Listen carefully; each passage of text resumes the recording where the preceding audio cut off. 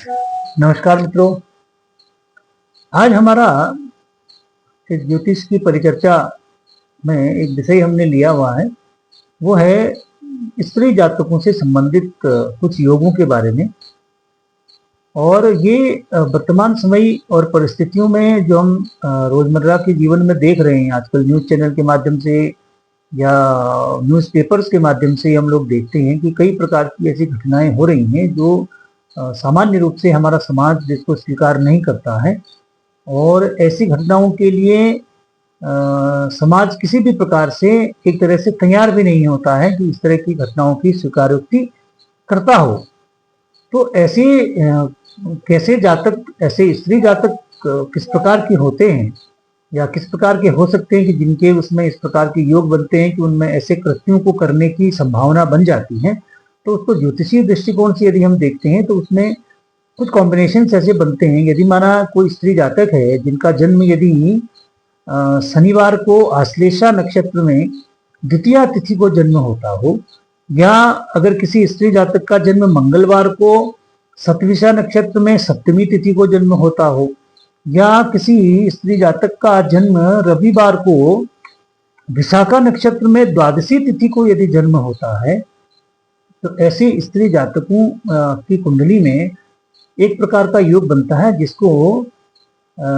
विद्वानों के द्वारा, ज्योतिषाचार्यों के द्वारा उसको विषकन्या योग के नाम से जाना जाता है। मतलब इस प्रकार की जो स्त्री जातक हैं वो एक तरह से विष के समान अपना व्यवहार करती हैं। जैसे विष किसी का नाश करने के लिए होता है, नुकसान देने वाला होता है, तो इनका व्यवहार भी, इनके द्वारा किए गए कार्य जो होते हैं वो एक प्रकार से दूसरे को कष्ट पहुंचाने वाले होते हैं। तो वर्तमान में जितनी हम घटनाएं आजकल देखते हैं, सुनते हैं, वो इसी से संबंधित घटनाएं होती हैं।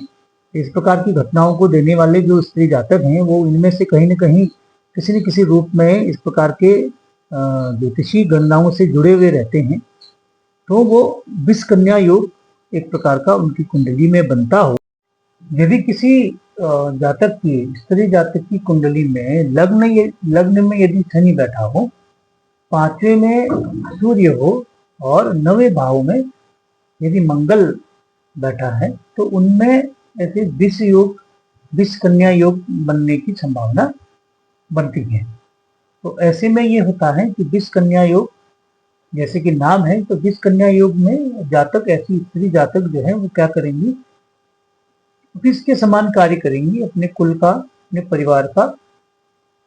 किसी न किसी रूप में नुकसान करने वाला योग बनाती हैं। अब यदि ऐसे जातक की कुंडली में इधर सप्तम भाव में यदि शुभ ग्रह बैठ जाते हैं, तो फिर ऐसे जातक का जो इस प्रकार का दोष बनता है, विषकन्या का जो योग बनता है, वो योग एक तरह से उसका प्रभाव कम हो जाता है।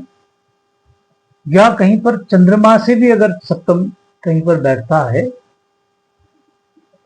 या इसके अलावा यदि चंद्रमा से भी सप्तम